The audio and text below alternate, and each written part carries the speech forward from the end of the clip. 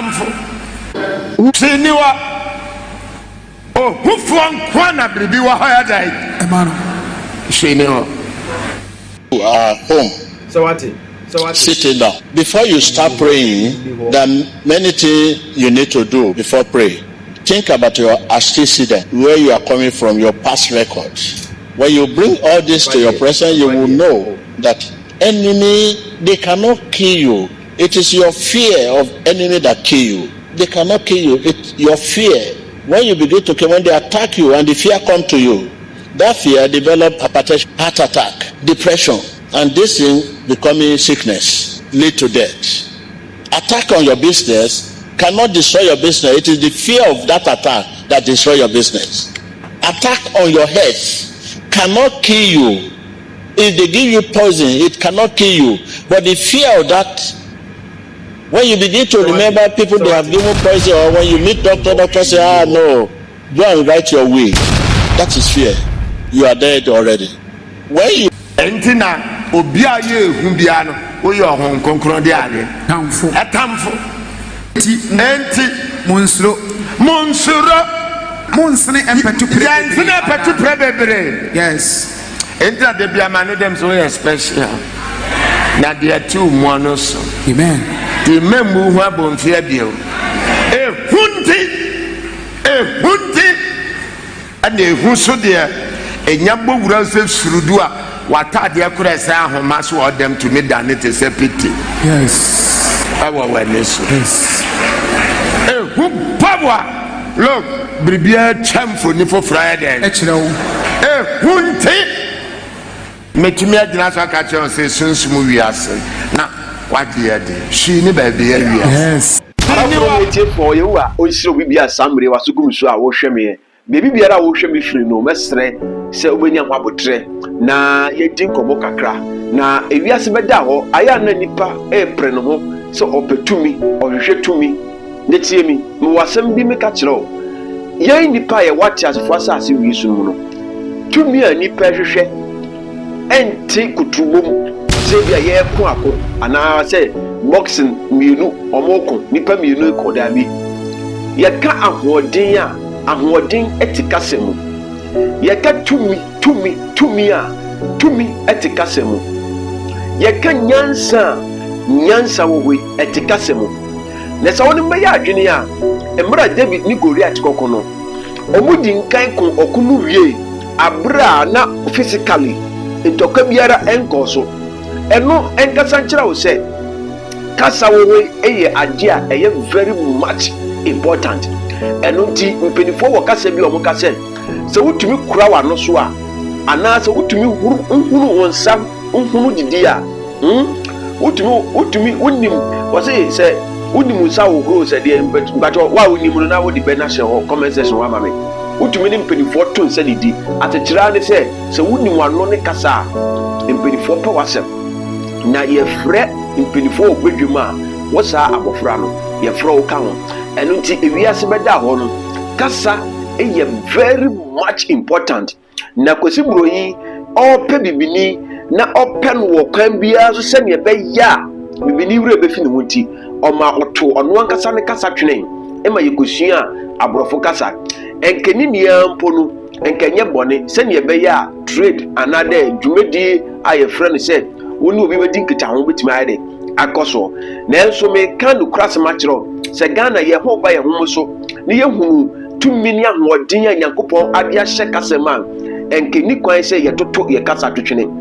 na dia aya na eye mehwe na eye mahwo a ene se ti kasa me beka ne yipa ye nuanom Bulgarian aya na maditi omo ne meka se tribe they cherish their language. The moment a obehia ni nua Bulgarian ni no obohu se omo kasa wo omo akasa krum kasa mu na enkoba ne se nke Ghana ye nua yebeti ho ase a awosan ke yitumi ma ye kasa eye akankasa eno na meka se bia 90 to 95% of population in Ghana no ubia tumi kami man yeyi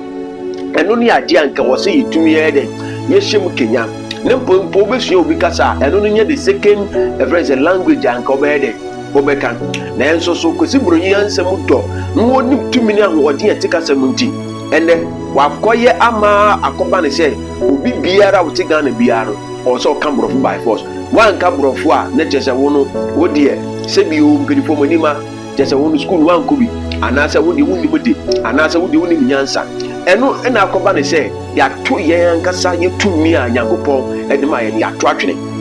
me ka no class ma kiro tie mi Nyankopon bo adinia no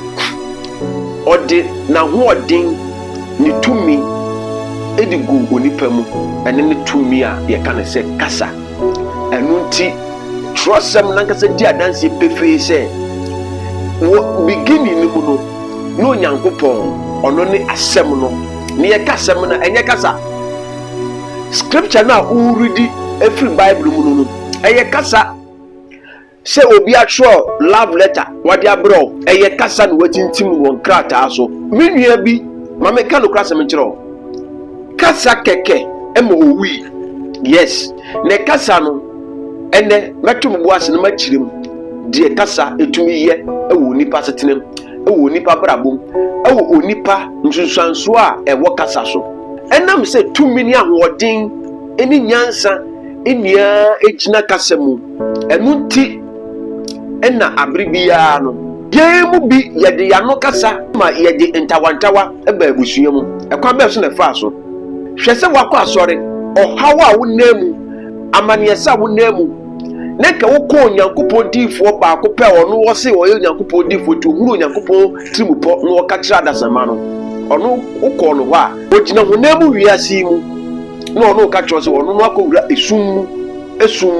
ewiase American ma wate ho ase se esum ewiase bia eni bebia eka honemu wiase ya ewia tie ewia ase your friend ewia ase because ewia ne hyenan ewo yeso yenhye esum ewia ase yehye ewia ase orofo mesere video we mo man enrich more audience na omunhunu nyuma pa kasa video ye produce edeba public it share video no mame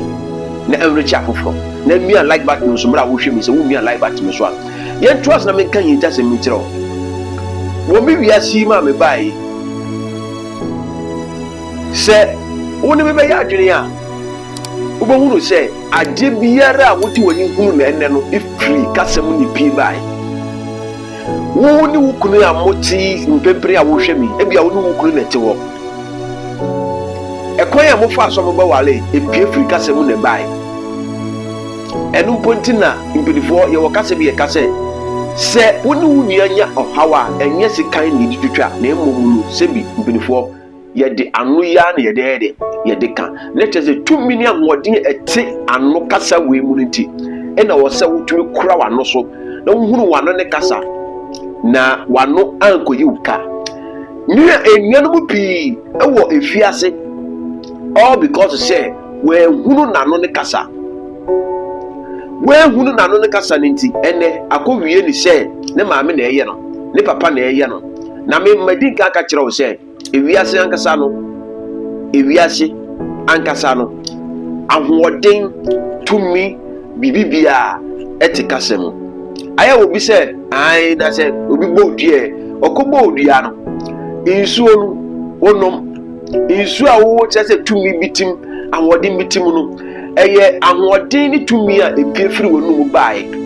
kasa wo kan no ene ede nhusunsanso ede ebrew kasa wo ka bia e wo sunsanso a ekotie nipadua no because Nyankopon bo na ade no ode na ho ode ni tumi ni nia ede hye kasam enti na Nyankopon oya asem no enti asem no eye mienu ye wo papa ene ye wo bone enu ti ene wo se wanu a wo tetrem ya ede wanu yi eye se kan no fanu ye ka se kan no fanu ma eye se kan ya it has two-edged sword afani twa afani so twa na ubesi den wo hunu se afawei ene ekotwa ana afawei ene eba be ye wuyi ni nia no begina kasa epie free wonum aba enti before aya na ebi mu ka sɛ me boronsam yɛ kasa nyame ɛyɛ kasa enti ne yɛtumi hwɛ obi anim yɛtumi sɛ akwa we deɛ boronsam sɛm o ɔyɛ mboro ɔkyɛ sɛ wotie o wahwɛ ɔno a ne nua su ne nua no su no akɔba ne sɛ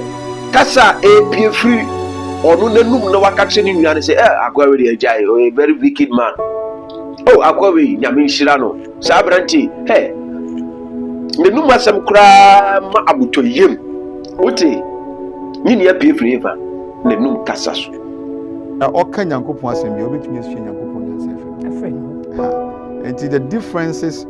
is how they came. Those who came to us they are sorry asɛm buy no that is say ɔma no te sɛ fork no wohwɛ ano no dia wohu sɛ 5 na wo ho bɛka sɛ normal na ba na 5 but wo tracy kɔ no to obu sɛ ya de ba kɔ na no 5 okay so and they came intentionally like they are divided okay but they have one source okay when they come to Christianity, Islam, whatever, all the differences are what we see, but the source is one. The source is one. So if you think this is bad, then look into what you have believed. Say, no, dear no woman. I tell the bia. So person who be a never take you 1 CD. Who person who better take you 2 CDs because we been here. As I can nipa di no cranka, ma hwehwe ne. Na so essence onipa mpese wo gine nua tomunti. I just a wow. I hwehwe ne cranka. Onyinni. So as an go nipa ennim bibi e fa ne ho agye se obi nso tumi hu no waka kyerɛ as o pese wo hwe wonim na hunhunu dia wani etuatua wanim nso pese wo hwe wanim wa hunhunu agye se obi ahwe ama wo e kyerɛ sɛ onipa da ne nua orofo meme yakohwɛ video bi a ɛyɛ statement bi a o make na ye ba ya to aso adofo no michia mo nyamena sumje nkan nyina enime bi koso Ghana ha esese yehwe ne edun niam atutuye emranti na womo ahye womo hu se womo ye nsempakafo nkomhyefo prophets seers and diviners tu omaniasi osofo Stephen Adumche Dua so na wakika nsema kese mintumi mfama numpo nka wo ha wonga wonim nsema woka se dinti se muka sansemi di agunani mase ana mo pese mo se dwumadi a oye no nsema woka no so aso uwo nyina so. Can you prove those accusations? Ana se trokasa se wokanti na woka if you say bibie ni ho ebetumi amontan wo na wasan wo ho afim sana wadwen ye wo enti afei papa ne Kenya ne ho na chidifo sori ginan se wo be kasim bia beto won papa no so no wodo be famra kwan so no afei mu amadan mo ho ebisa se aso Yesu Kristo chiro bi di to prison ana na wo refi se trosem ni kire se men di adanse krum ana nka asem ntu obi so asem ni nye no kware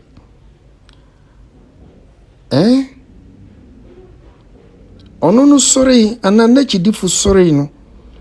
sa afid wachi kire mu no wasanga dan mu ho kasatia ne se onye nyame nipa if you say ori kire mu agu prison na wo nankasa no wo ye nyame nipa na ansana wa be ka asɛm ato no so na asɛm a untumi nya dase wo ho no wa be kan ato no so no wo bɔ ho mpai nti bisa wo sɛ ɛna sunsun bɛn sunsun ahoɔden bɛn ne ka wo a wakɔka saa asɛm na afei di worepa ho apakyɛw sɛ wanka ne yie na kyerɛ sɛ ɔbonsam na de wo yɛ saa adwuma no asɔfo nkito amaba hwɛ mo nkae ho sɛ honamdua na yɛwɔ hɔ no receive good message at the same time receive bad message because you are receptive to all manner of forces. And it's a bibi bawadwum na sɛ wobɛka you must be cautious as mamba bɛka no ɛne kyerɛsɛm no ɛnam anaasɛ ɛne kyerɛsɛm no ɛbɔ ebura na sɛ yɛpɛ nkurɔfo ma wɔn gyina nyamea nan mu a na nyɛ mmerante na mmom ɛyɛ wɔn a wɔn ani afi a wɔwɔ experience wɔ nyamem na nka wɔgyina wɔ nyame ne din mu na nnɛ mmerante no nim sɛ gyama mpanyimfo na wɔ nyame mu no ana wɔyɛ nyame adwuma no wɔ mmerɛ apa ho nti na wɔyɛ saa nneɛma no moma yɛnhwɛ yie ɔsɔfo Stephen Adumkyedua ɔyɛ nipa ɔbɛyɛ biribi wonte ase a bisa no ɔka asɛm bi na sɛ wonte ase a bisa no na mmom sɛ wobɛyaw ne de nokware no ɛmma ho kwan saa Kristo ɛmma ho kwan saa sɛ yaw upanyin ana yaw unia ɛnam sɛ waka asɛm bi a wonte ase nyame hu yɛ mmɔbɔ no nhyira yɛn wakwan nyinaa mu amen.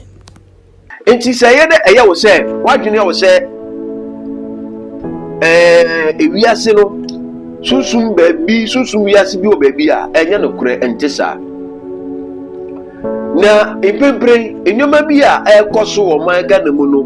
ɛnam sɛ yɛato yɛ kasa atwene ne yɛnim tumi ne ahoɔden a ɛte kasa mu nti obi asɔre a na ɔka kasa traa ɛno ɛna mesrɛ adɔfo no ne tiefoɔ ɛne ɔmampani yɛwura His Excellency John Dramani Mahama asɔfo no bi ne mu ano kasa no ntwa yie ɛma ɛnɛ akɔfa ne sɛ nnua ne nnua ntem akɔyɛ utubɔ na megyina me kasa fidie so na matoto asere yɛwura His Excellency John Dramani Mahama sɛ bɔmmɔden a na antis witches bill fa nsa hyɛ aseɛ na ɛnkɔba ne sɛ obia nkɔbɔ no maame sɛ ɔyɛ obia nkɔbɔ no papa sɛ ɔyɛ bimfoɔ obia nkɔbɔ no ase sɛ ɔyɛ bimfoɔ na bimfoɔ no ɛyɛ kasa a sɛ yɛanya hwɛ yie na sɛ yɛtoa so saa for the next whichever years ɛbɛba no ahwɛ Ghana pani biara yɛbɛbɔ no bimfoɔ na memanim fɛfɛɛfɛ yi a ɛnɛ wohwɛ me a wonyame a nka deɛ wode bɛyɛ me no yes mawale mawale omi yɛhwɛ sɛ omi hwɛ me sɛ aberante ho ɛfaa me ho ɛfɛ meba bɛnyini na megu so a menyini no mɛbɔ akokora na mebɔ akokora na me ho twentwem na sɛ ɛnɛ meba mawo no wo ba wawo ɔbɛka kyerɛ sɛ woyɛ bimfoɔ woyɛ anyan a mpatwɔ wobɛnya akoma pa akasɛmpa agu ne so anaa ɛno nti na ɛnɛ mmerantewa ne mmabayewa abrabɔ adigya na nka yɛnhunu nyansa yɛnkɔ yɛkɔtɔdwa nim na yɛnsrɛ adom nyame na ɔhunu yɛ mmɔbɔ nneyɛ biara yɛyɛyɛ a ɛntwa yɛ ntia nnɛ ɛgya yɛ ɔhaw ne amanneɛ no ɛhɔ ɛna sɔfo no a wɔrekɔ no hɔ no so bɛka kyerɛ sɛ wo maame na ɛyɛ wo papa na ɛyɛ wo na wasan so asan akagya gum na woka bankun a ɛgya no ɛhwere no sɛ woanka ɛgya no angum a bankun no ɛbɛbe a nanso hunu sɛ yɛwɔ gya bi wɔ hɔ a woka gum a ɛsɛ adeɛ yɛka agya gum ɛnɛ hwɛ ɔman Ghana yɛtim mohwɛ deɛ ɛkɔ so a yɛwura afi 2025 yi mu agya hyehyɛ nko a baabiara bɛfa biara na agya hyehyɛ no bi wɔ hɔ a na yɛyɛ ne ankasa yɛne yie bi ɛna ɛkɔfa saa agya hyehyɛ bae yes mini ho evidence nti saa na mɛka nanso yesu ni yɛ ban a yɛde te ɔman Ghana mu no ntwa ye ne kura ni yɛ mu obiara nya ne nua a ɔmmeki so ɔkyɛ sɛ ɔpira no sɛ sɛ obiara tete ne bɔtɔm akɔtɔ nneɛma bɛgu shop ɛnda mehwɛ video bi a yɛ maame bi na ɔyɛ complain sɛ workers a wafo ɔmo no yɛ adwuma ɔmo wia no na yɛnwia ne sɛ na mmea yɛntumi ndi nokorɛ ma yɛ ho Ghana patriotism no ɛwɔ yefa saa nneɛma wei nyinaa na ɛreti ɔman no nya ɔbɛka no asɛm dɛdɛɛdɛ onyanya position bɛgyina simpie so pɛ menim baabi a adwene no ɛfa biem mama yɛnya hwɛ yie ɔman Ghana na debi anhwɛ a yɛbɛwe yɛse agu yɛnum ɛnɛ ɔman Ghana nsuo nyinaa agyigya ɛresɛe yɛdu ban a kane ne yɛni hwɛ burobe 5 minutes ɛwɔ yefa ɛnɛ wobɛnya burobe a wobɛbrɛ ho because yɛde sika pɛ asi yɛni so ma agudie ne nnwɔma Nyankopɔn de kyɛ adasamma a wɔamfa bi ankame ɔman Ghana no ɛnɛ yɛsɛe ne nyinaa na yɛwie a yɛasan akɔgyina chapel dɛm yɛwie a yɛasan akɔgyina chapel dɛm sɛ yɛsom Nyame no ɔwɔ hefa a wo no wo nua a wo ne te no wopira no wo nua a wo ne te no wokyɛ sɛ woyɛ deɛ ɛnyɛ biaa Nyame wɔ hefa woyɛ wo ba akyasfa sɛ ase wei so wo papa na wo maame wo nua a ɔbɛn wo wasew no a wobɔ ne bɛyifoɔ no ɔno ne wo Nyame ɔno aso bɛtumi ayɛ ɔboro nsam sɛ woda suban bɔne ne adi a ɛnam sɛ kasa te tumi te kasɛm nti no obɛtumi akasɛm na asɛm ne bɛnyaw mesrɛ mo me nuanom mmerantewa a yɛsi so me nuanom mmabaayewa a yɛsi so mɔma yɛnhwɛ abrabɔ yi na musu mpanimfoɔ no musu mu bi musu ne mu ban ne bi nti na ama ɛnɛ mmɛbunu ne mmɔframa no ɔmo tumi biom ano ka nsɛm hunu ne nsɛm tantan ne nsɛm gyangyan because of mumu mpanimfoɔ no musu ne mu bi ne yɛ panyin tumi bɛgyina kasafidie so especially ministers yi na sɛ yɛko yɛdi atɛm na nipa saa no yɛfrɛ no honorable minister pastor asɔfo no makɔhwɛfoɔ ne kyɛ sɛ nsɛm hunu koa woba Ghana social ne media so a ayɛ sɛ gyamrɛ koturubɔ bi ne yɛbɔ mɛsrɛ mama yɛdi ehu ni kakra na ɛtɔ de bi a ayɛ na ɔyɛ fɛ deɛ ɛtɔ de bi a ayɛ na ɔyɛ niwuo ɛtɔ de bi a ayɛ na kyɛ sɛ wodwene ho a wonte aseɛ ɔman Ghana me nuanom mesrɛ mama yɛndi ehu ni kakra mama yɛndi ehu ni ɔrɔfoɔ hyɛ video yi ma me na wo mi alike button so a wobɛhyɛ video yi